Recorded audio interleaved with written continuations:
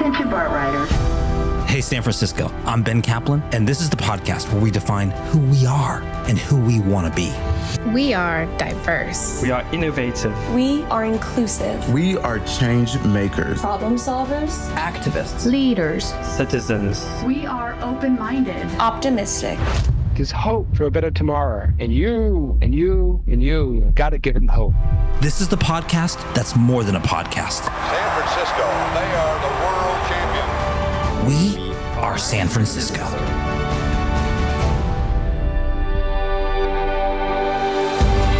Hey, San Francisco. Today I'm chatting with Lily Ho. She's not only the president and founder of the Delta Chinatown Initiative, but she's also one of the primary organizers of 2022's successful recall of 3 members of the San Francisco Board of Education. Lily has an interesting perspective on movement building in our city. Because the recall started out as the individual efforts of 2 passionate city residents, Autumn Luoyuan and Siva Raj, Lily fought to keep it as an organic and grassroots movement, despite many attempts to transform it into something far different than that. Herself an alum of Lowell High School, the acclaimed San Francisco school at the heart of the recall battle, Lily also saw a unique opportunity to rally San Francisco's Asian community, a sizable population that had lost significant influence compared to the era of San Francisco's first Asian American mayor, Ed Lee. So what can the Board of Education recall teach us about starting community-led movements?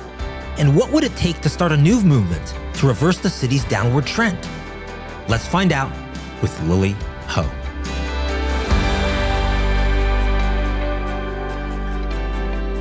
Lily, you've been someone who's been very active across all types of civic action and political action in San Francisco. For the Board of Education recall, how did you come to get involved in that? You were a Lowell High School grad. For people who don't know, well, we can explain what that means. But how did you get to be involved in this, really what became a movement to recall 3 Board of Education members, but also refocus everyone on what was the most important things we needed to accomplish in the school system?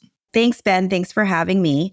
Yeah, the Board of Education recall was such a wild ride for, I guess, our whole city. I first got involved because I was actually just paying attention to school closures. One of the hats that I wear is a board member on Huckleberry Youth Programs, and we have a runaway shelter.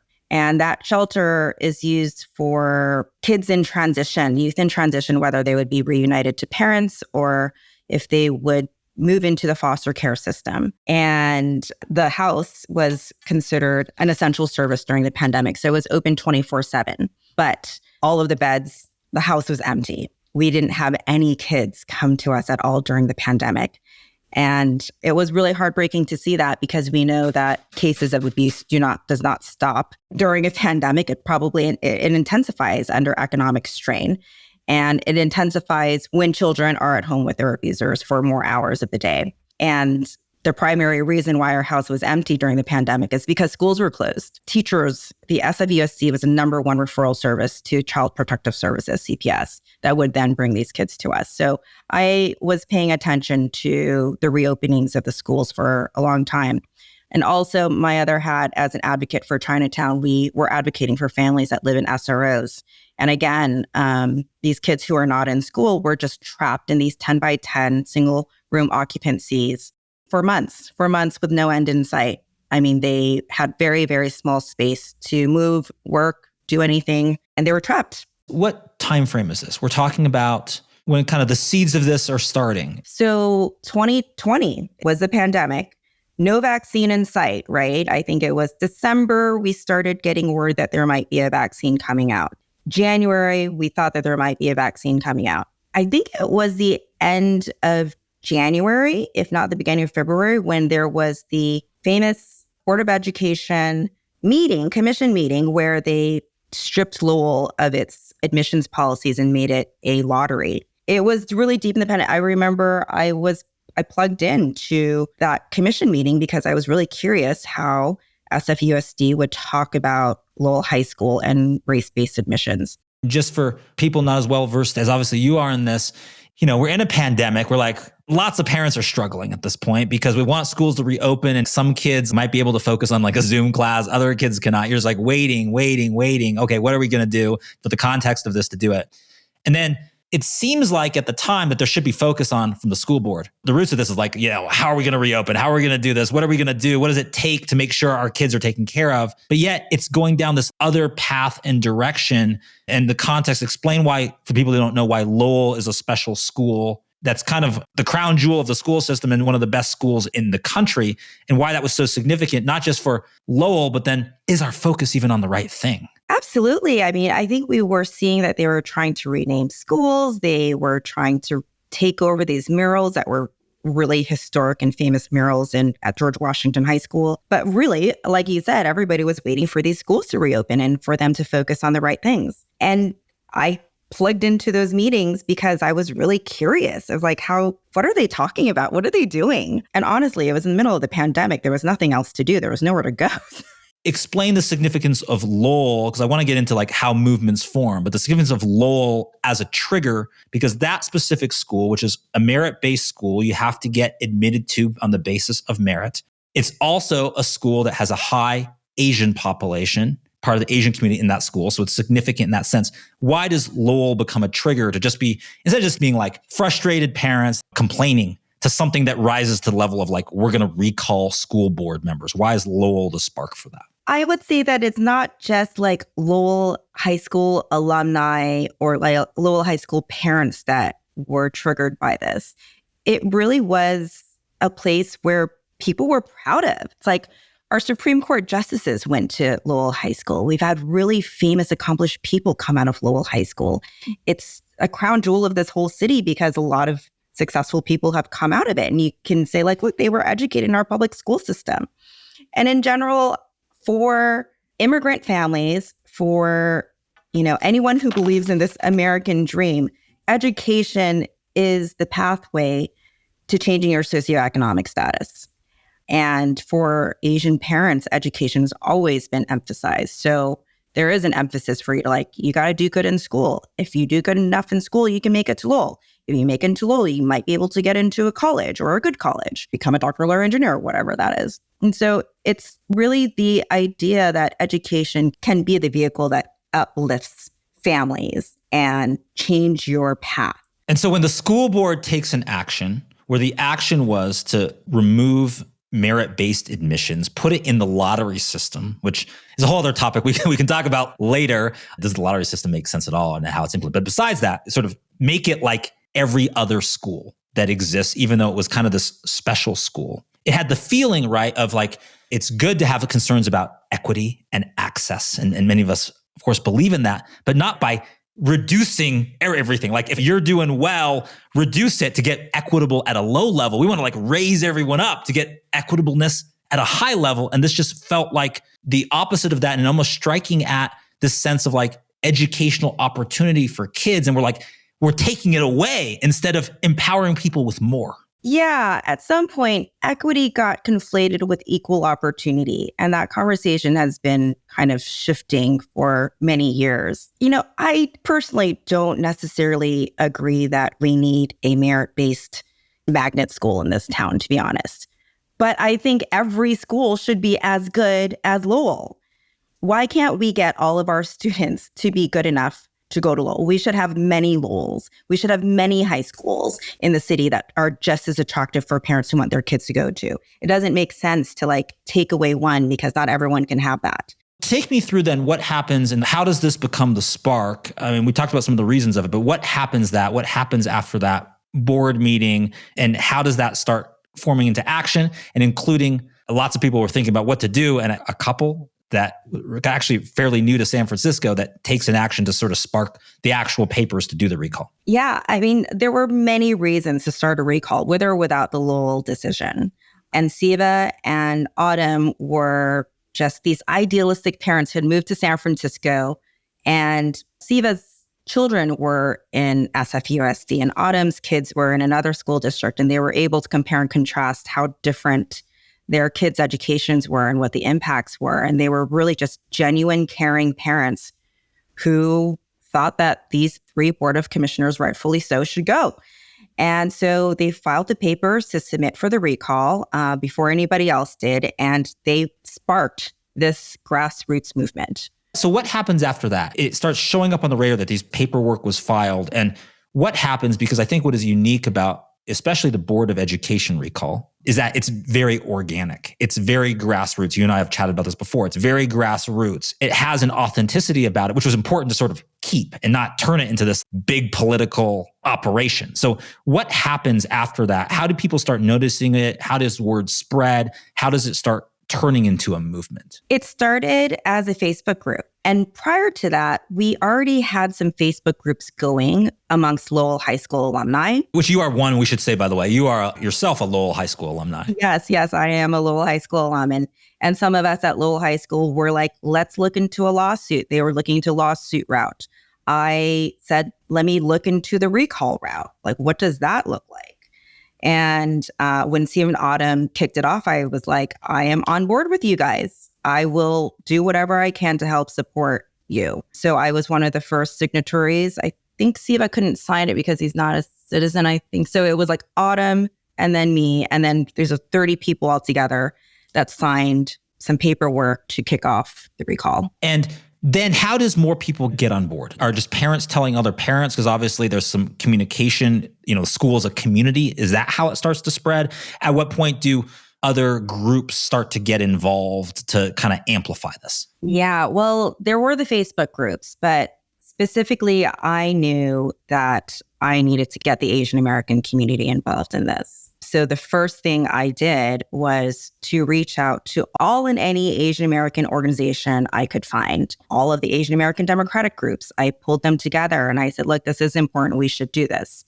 And I would say that it wasn't universally supported. People didn't really want to jump onto something that might fail.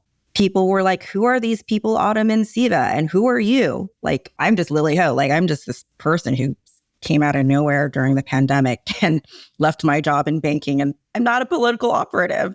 So like, who the hell are you? Working on this recall. I was like, I don't know, but this is the right thing to do, right? And same with Steve and Autumn. They were like, who are they? They're new to San Francisco. They don't know anything about San Francisco. I was like, okay, yeah, well, whatever. But this is like, this is happening. So are you on board or not?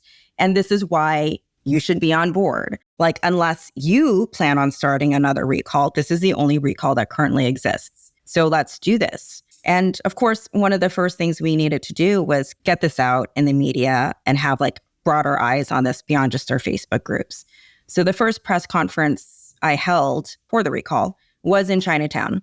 And it was specific to the Chinese American and Chinese media.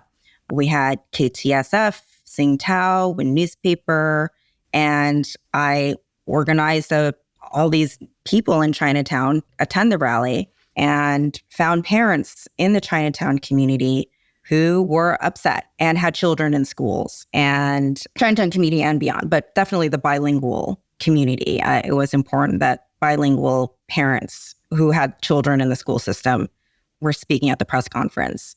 So there was Kit Lam and a couple of other parents that were leaders in Chinatown small business community spoke at the press conference. And that's how we started to get the ball rolling in the Chinese American community. And then from there, there was a little bit of momentum already, and I was able to try to get more established Chinese American and Asian American Democratic groups to get on board with this too. Okay, because there's a little bit of a sense of something like a recall. I mean, these are people that are in office. To pull them back, that's kind of viewed as a drastic step. So people who are involved in politics may be understandably a little hesitant to like sign onto that if it looks like this nascent little thing that may just go away soon. But as you start seeing it build and get stronger and this is real and it doesn't look away, then maybe people at that point willing to maybe not stick out your neck, but like inch out your neck a little bit more for something like that. Would you say that's accurate? Absolutely. And I think that there were risks if it wasn't grassroots. We saw it with the DA recall when you had big money or somebody like Richie Greenberg just put money behind something. And it's really easy to smear, to say like he's just some rich dude from Menlo Park.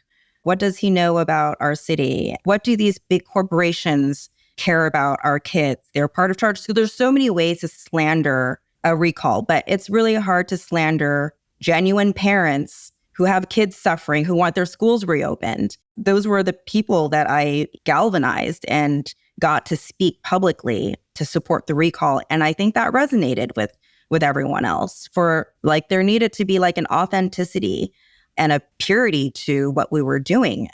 We needed signatures, and this wasn't easy coming out of the pandemic. Where were you at this point in terms of number of signatures? Because a movement can be an amorphous thing, like which is like a bunch of people feel strong, but like when it's a recall, it's like you actually need signatures on a line. Otherwise, if you don't make it, it's going to die. Yeah. Okay. So we needed 51,325 signatures. And not just signatures, but signatures that you could validate they're real people. The signatures had to be cross-checked with your actual signature. So you could have your thing thrown out if you signed it incorrectly. Meaning my name's Benjamin. If I normally sign Benjamin and I just put Ben, then it might not count. So you want to get more than that number because some are not going to be valid. You don't want to have 10 more than the number. You need to do better than that. Right. And so I think the standard was only 30% of signatures for recall signatures were valid. But after some time, we were doing like the validation tests ourselves. We found that I think we had over 75% validation rate. So they were like real people, real parents, real San Franciscans signing them. So we had better validation rates than others.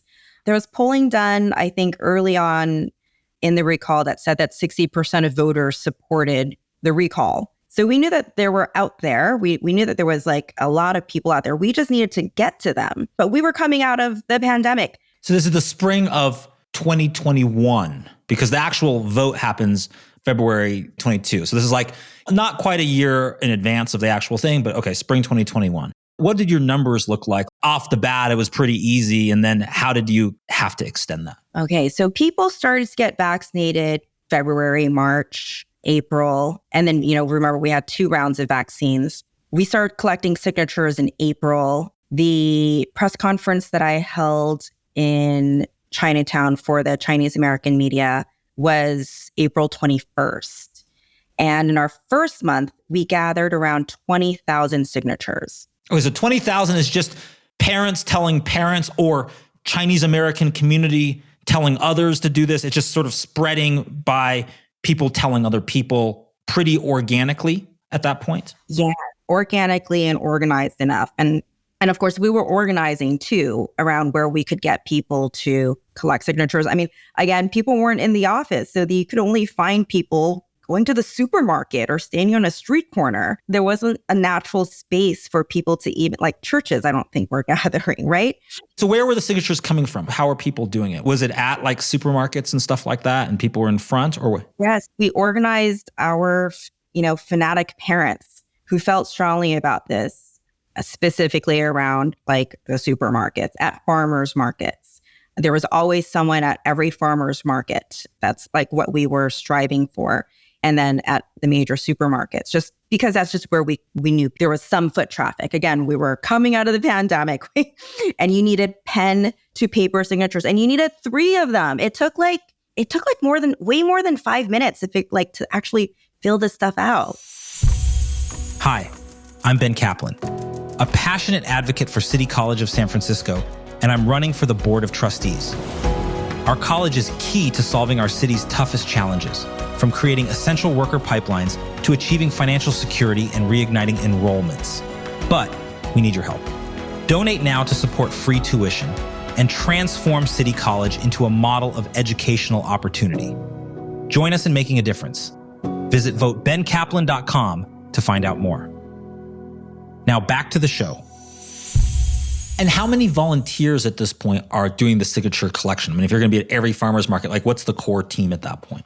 Completely fluctuated. I would say it started off with something like 20 to 30 for the first month. And we were just handing these out as much as you can. Like, here, take these home, have your whole family sign it.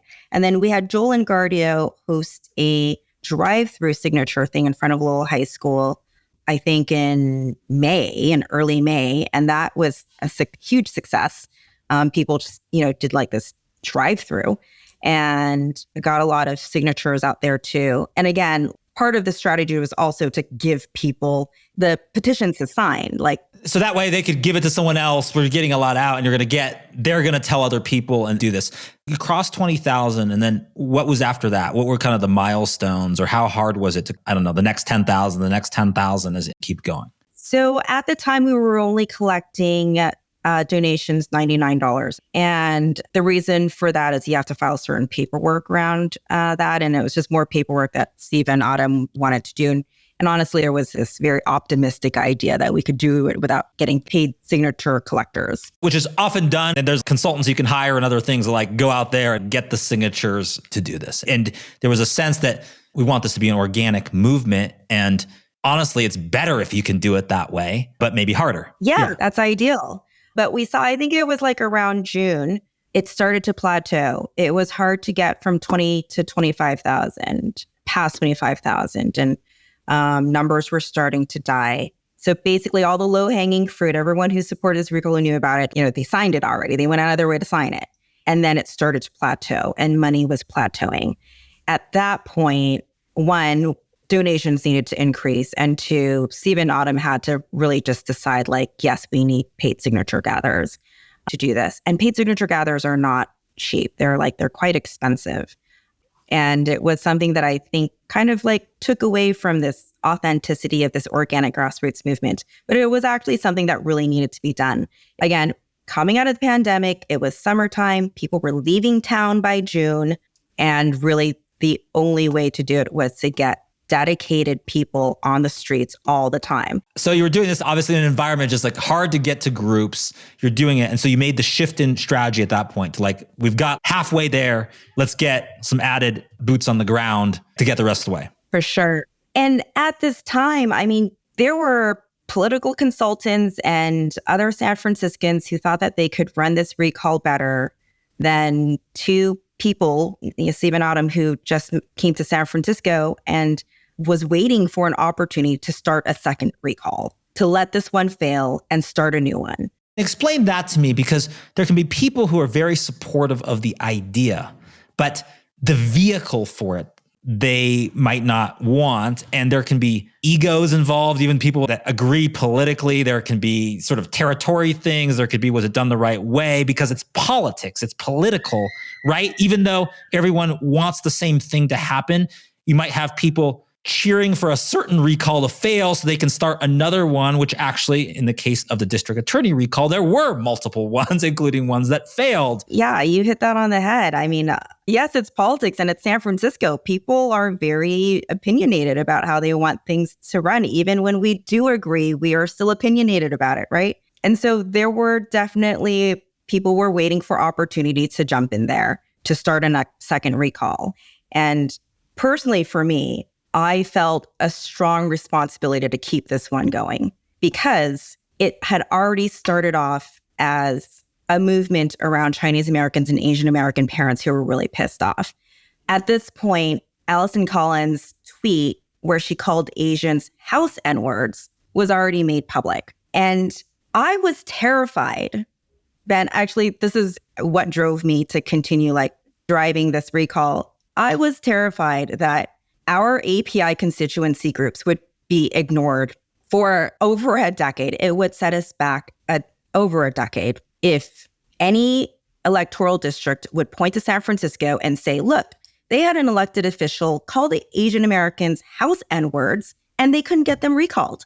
I was terrified that our API votes and our demographic would continue to be overlooked and exploited, and our community voice would continue to be abandoned if we didn't get this done. And so maybe the fire was starting to, still going, but kind of dying down a little bit. Did that have a kind of add more fuel to get it going? Or was it you personally, it absolutely motivated you, and then you went out to other people and said, hey, we've got to do this. We can't let this happen. There's more at stake even than just this recall here for our community in San Francisco. That is completely how I felt about it.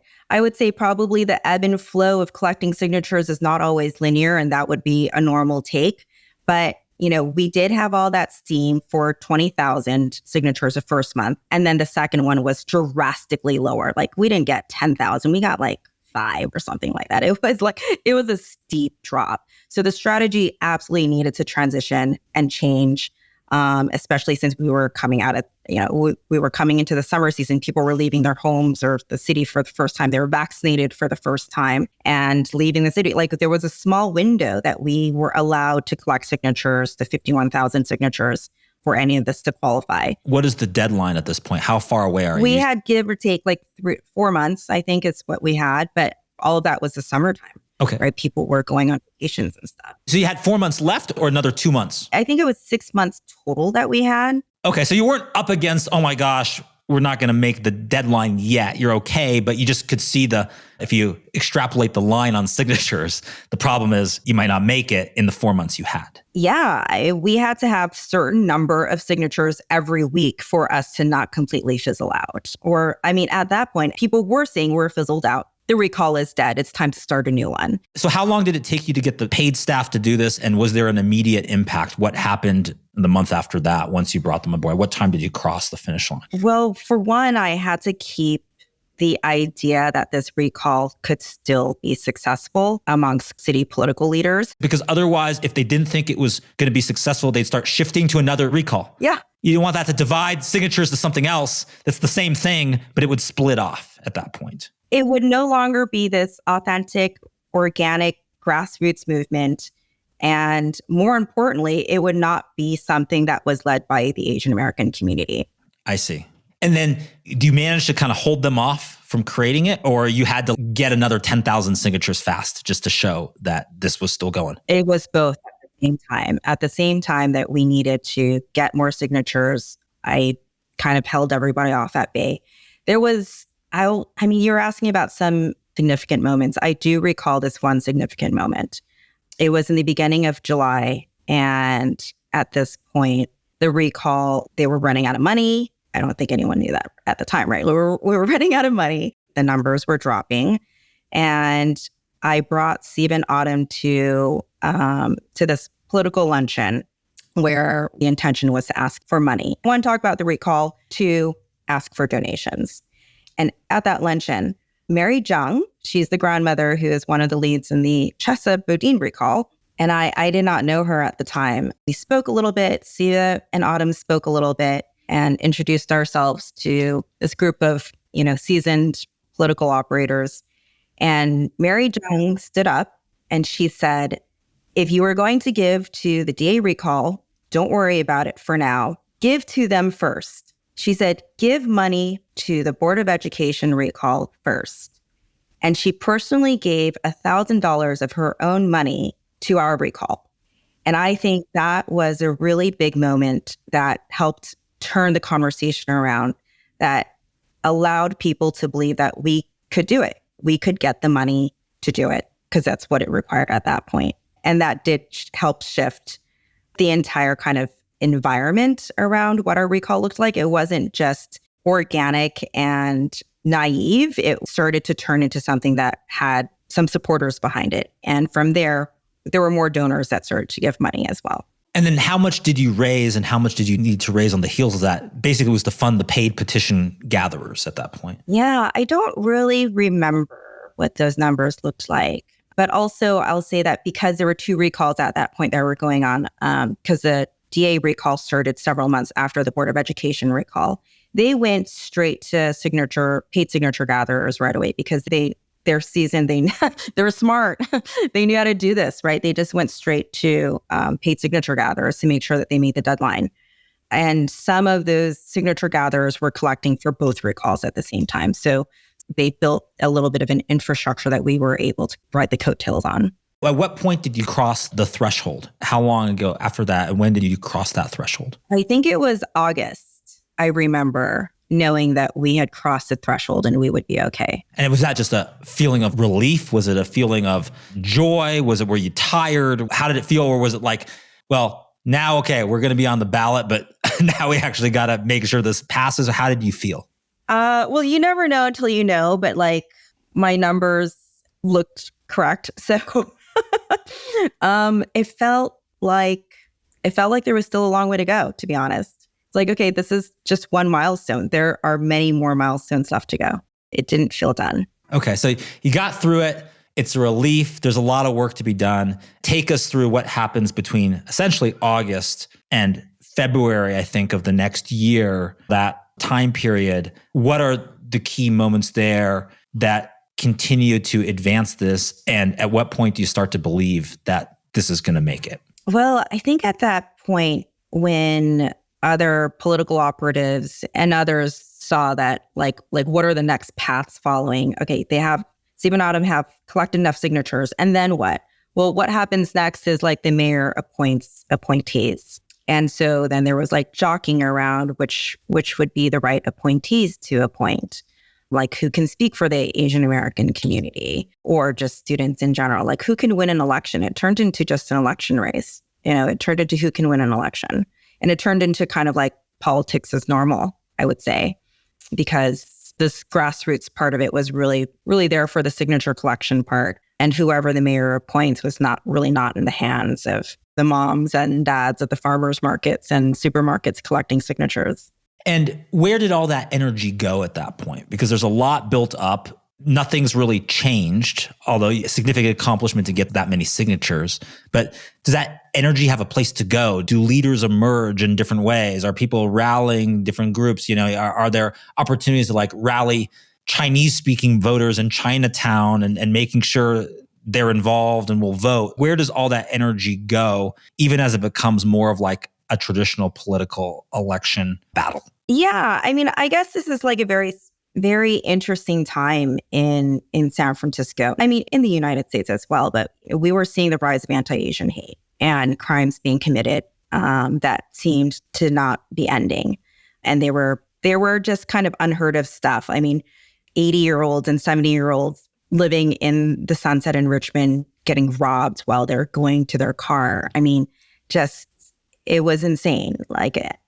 And there's still, a lot of anti-Asian hate. And we just saw recently in the past week, we've seen instances of that. If people were thinking that, it's died down. I mean, no, it hasn't. Yeah. I mean, I guess there's two ways to look at it. One is like, this city is broken, right? Our government is broken. There are so many things wrong that we can point to our elected officials to blame.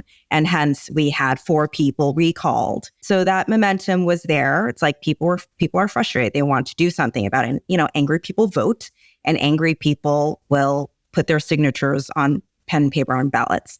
So some of that energy rolled over into the DA. A lot of that energy actually rolled over into the DA recall. The infrastructure that we had built to galvanize the Asian American community and Chinese community and the monolingual Chinese community, I think did roll over to the DA recall. Okay, so you don't think it's a coincidence that those two happened near each other and there's sort of crossover, and you even described the Mary Jung moment and all of that.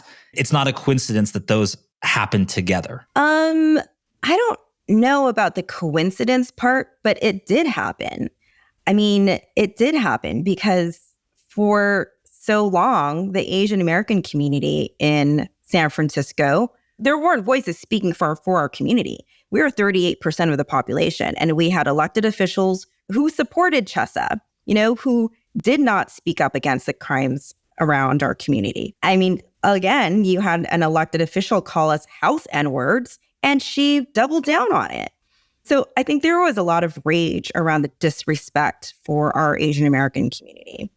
I would also add to that, the elected officials never really knew how to engage our community. They don't. Neither do political consultants. They have this playbook that they've been running for decades. What is the playbook, and where does the playbook fall short? The playbook is you go to Chinatown, take a bunch of photos, and put it in the media.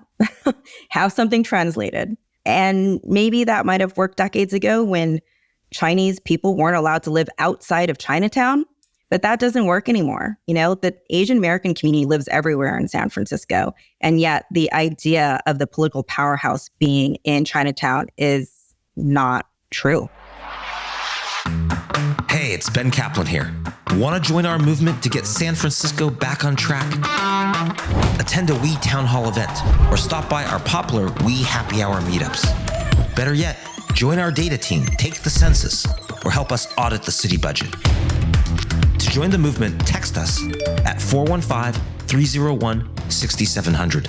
That's 415-301-6700. 888-6700 or learn more at wesanfrancisco.org. Quick detour, and then we'll get back to the rest of the story of the recall. But was it all different in the time of Ed Lee, Asian American mayor of San Francisco? There was a higher number of Asian members of the board of supervisors. Was it different back then? Did you feel, even I know you weren't super politically active back then, but did it feel different when you talk to people? Absolutely, it felt different. It felt like, okay, sweet, we've made it. We can take our eyes off the ball and live our lives. I mean, I think that's how we felt. We felt like, okay, well, it should be fine, right? We've got Gordon Marr, we've got Connie Chen in office. There's someone speaking for us. But it wasn't until these recalls were happening did we see that our Asian-faced elected officials didn't actually support the community and what we felt were important to us, which was education and public safety. So what happens there between, as we're moving towards the election, people are going to come to a vote. You feel like public opinion's in your favor, but public opinion is only one thing. It also matters who votes. It also matters operations on either side of this to get more people there. There is a little bit of this progressive, moderate divide, even though everyone's a Democrat. It's like we've polarized within Democrats, and there's all kinds of things going on with DCCC and where power is and all of that. And there's some sense that maybe the other side at this point might be more organized or have more entrenched power too. So how does all of that play out, just so we could kind of like finish the story and get over the finish line? Yeah, I would say this ties into the rest of what's going on in San Francisco too, right? I mean, it's not just these recalls that San Franciscans are pissed off about. And again, the Asian American community is not in any way a monolith. So there are varying opinions about everything. But the two things that we can solidly agree on, especially in 2021, was education and public safety. And so, yes, the API community had a lot to do with driving the momentum of those recalls. And what we do with that energy from here on out, I think it ties into the story of the rest of San Francisco. We're also not happy about the civil chaos that's going on, the perception of... Yeah, civic disorder. And the problem with it is that not only is it the disorder itself, but it's very symbolic of where we are, which creates a lot of fear. On top of it, that civic disorder. And on top of that, this is like a slippery slope, because you may say civic disorder is like broken windows and some property crime and some theft, but it wasn't violent crime. But if that goes unchecked, I don't know of cases where criminals were like, we're going to get less bold. We're going to do less because they don't seem to be able to respond to this. So we're just going to dial it down. We're okay. No. It gets bolder. It gets more. If it unchecked, this grows. Unchecked, property crime transitions to violent crime because people get more, this is probably not a great word for it, but like ambitious as criminals. They're going to do more. And so it's a problem on many, many fronts. Yeah. And I'll say this about San Franciscans, and I think this is not often recognized enough, is that it is not easy to live here. Like, we have to really love this city to have stayed through the pandemic, put our foot down, grow our roots here, and stay here. Everything costs more. I mean, a parking ticket is like $110. You could easily have a way more comfortable lifestyle. You move 15 minutes away into Marin. There are no parking meters. You can park anywhere. You can leave your doors unlocked. Your schools are safe. You can have a backyard. The weather is nicer. I mean, you have to really love San Francisco to still be here. And this is where I feel optimistic about everyone kind of waking up, starting to get engaged in our local politics and local policies, and push for just some common sense stuff. There is so much toxicity and so much polarization and so much dog whistling going on. And it's like, come on, the majority of us are just normal people and we want a safe, happy, comfortable place to live and thrive. We're not all here trying to make billions or millions. Like, very much San Francisco is still kind of like this middle class town. And I know that term sounds really weird, right? Because we think about the middle class as this idea of the rest of the country, and the middle class in the rest of the country, I think it's like 65K, you're considered middle class.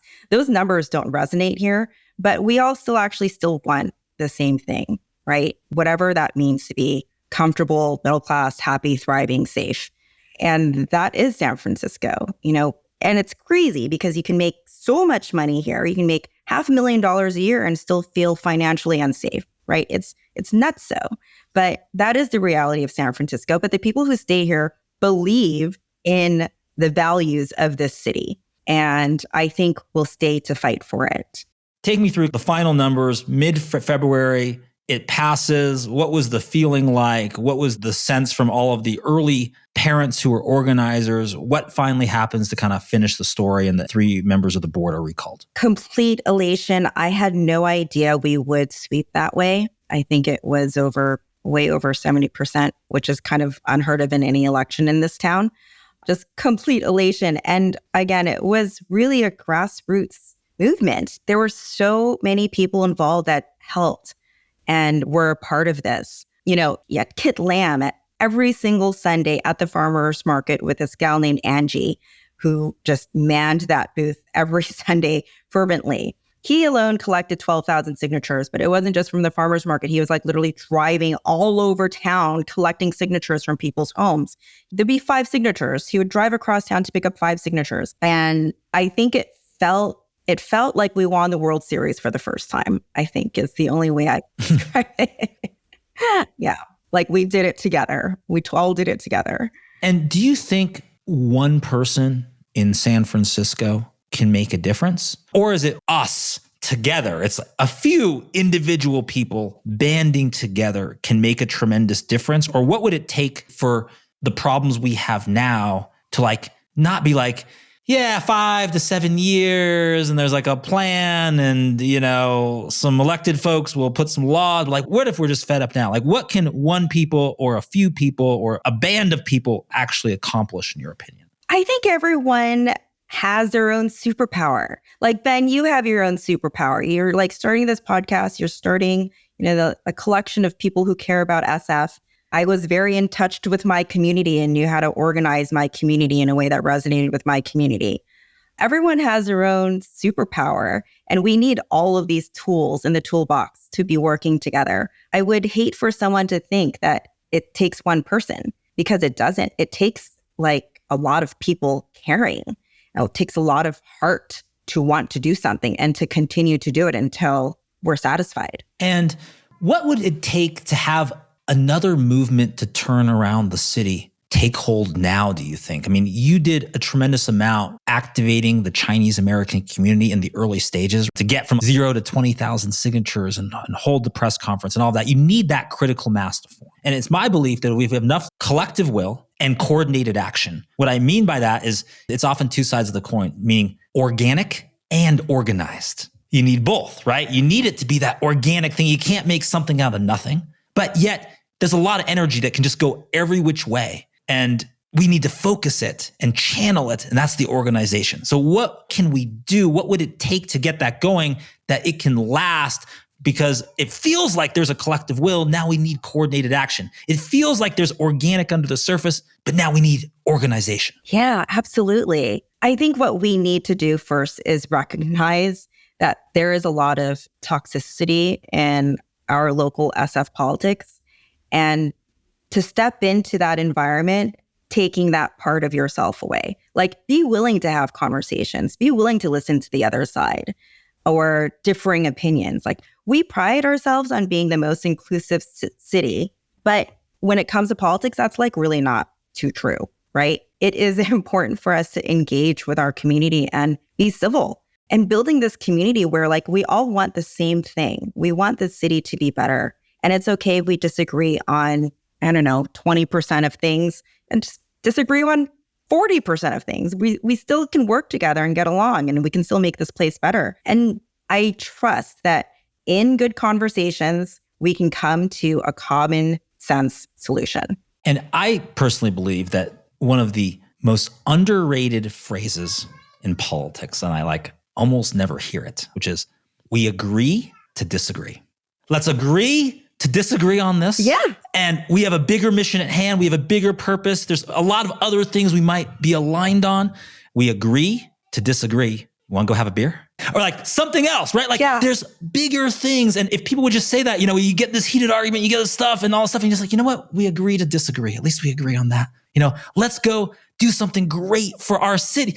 Let's go have some fun. Let's do all of that. And I also think it's amazing the people that stayed here and didn't move away. And you know what? It's okay because they care about San Francisco. They love San Francisco. Maybe they did move to Marin, right? Or they did move outside the city, but they still care. That's okay. That was individual things. Things happen, different situations, different people. Be involved, come back. Let's make things happen. And all of these little differences that we have. The funny thing is like, if Lily, you and I'm sure if we talked about things enough, we would find things that we disagree on. Right. But like, I don't even agree with myself. There may be different sides. You may have opposing, conflicting views on things. That's okay. But I actually think we're stronger and we're better off when we come together, even with those differences. It makes a stronger movement. It would be stronger. We disagree on these things on the periphery or individual issues, but we come together. That's a stronger movement than if we 100% agree on everything. We're in lockstep. It's all rainbows and puppy dogs. And that's not as strong a movement because once you have outside forces in that split that, it splits apart. But if you've overcome some of those individuals, that's strong. That's change. That's what makes a difference. We agree to disagree. Let's go have a beer and let's go change San Francisco. Yeah, I love that sentiment. And that's what community is about and family is about. You don't agree with everything or everybody. I don't agree with myself half of the time. I'm like, why the hell did I do that? But we should all come together and have fun and make the city better. We can do it. As simple as that. It's, of course, not quite as simple in real life, but I'm hopeful. I think now is a critical moment. I've talked to a few people now in the city who may say, and this isn't my term, but this might be a generational moment. Maybe only rarely in a generation do you have sort of that collective will and a chance to do something. And because the pandemic sort of disrupted everything, every which way, everything's in sort of disorder, but it's a unique moment. So I personally think now is a time for lots of new faces, fresh energy, fresh people. And I love it that maybe just to wrap up, you started in finance, you worked at a bank, and here you are a few years later doing more and more and more and making a tremendous difference. So that's exciting. So maybe a final question for you, Lily, is reflecting on all of this. It seems exhausting. It seems like a lot of work. Why do you keep doing it? And what do you think we can accomplish together in, let's say, in the next 3 years? Interesting. You call it exhausting, but actually, I think this is just me, but I'm exhausted when I don't live my values. But when I do get to live my values, it's empowering. It's beautiful. I have way more energy. I feel way more effective and productive. I can have multiple work streams because I care about everything that I work on. So personally, it's not exhausting for me. I love seeing that we can actually make our city better. I love seeing that we have been able to make an impact, that we've been able to do recalls that have never been done before. We've been able to wake up communities that were never activated before. We were able to build community because so many people want the city to be better. And I'm really happy to see what you're doing, Ben. I think you're onto something. I do think everyone has come out of the pandemic a different person. Let's admit that, right? We've all grown, evolved, became more resilient coming out of the pandemic. And to stay in the city throughout all of this chaos, we love this city. We're all fighters and we all want to be here. So while we're here, let's just make it better. According to Lily Ho, there's a time in the life of any movement when it's the moment of truth. People are intrigued, but then they start asking questions. Will this succeed? Will it fail? Who is already on board? Who isn't? And it's in that moment that the movement requires someone with a vision who says 3 simple words. This is possible. And you know why it's possible? It's because it's the right thing to do. So don't think big, think small. Movements happen when a few people decide to devote personal time to the same shared mission. And that is unbelievably contagious. It wasn't an accident that the Board of Education recall was rooted in our public school system. Education is such a critical issue for San Francisco because it exposes our values. Just like a married couple that doesn't really get on the same page until they have kids and are forced to agree on how the heck we're going to raise these new life forms. Education speaks so powerfully, not only to who we are as a community, but who we want to be. If we believe in equal opportunity, do we raise everyone up to a higher standard, or do we push everyone down to a lower one? If we believe in students coming first, do we focus on issues that actually impact the student experience, or do we get distracted by politics or personal ambition? If we are the greatest and most innovative city in the world and want to stay that way, how can we allow ourselves to have anything less but the greatest and most innovative education system in the world? Change is possible. We are going to do it. We are San Francisco.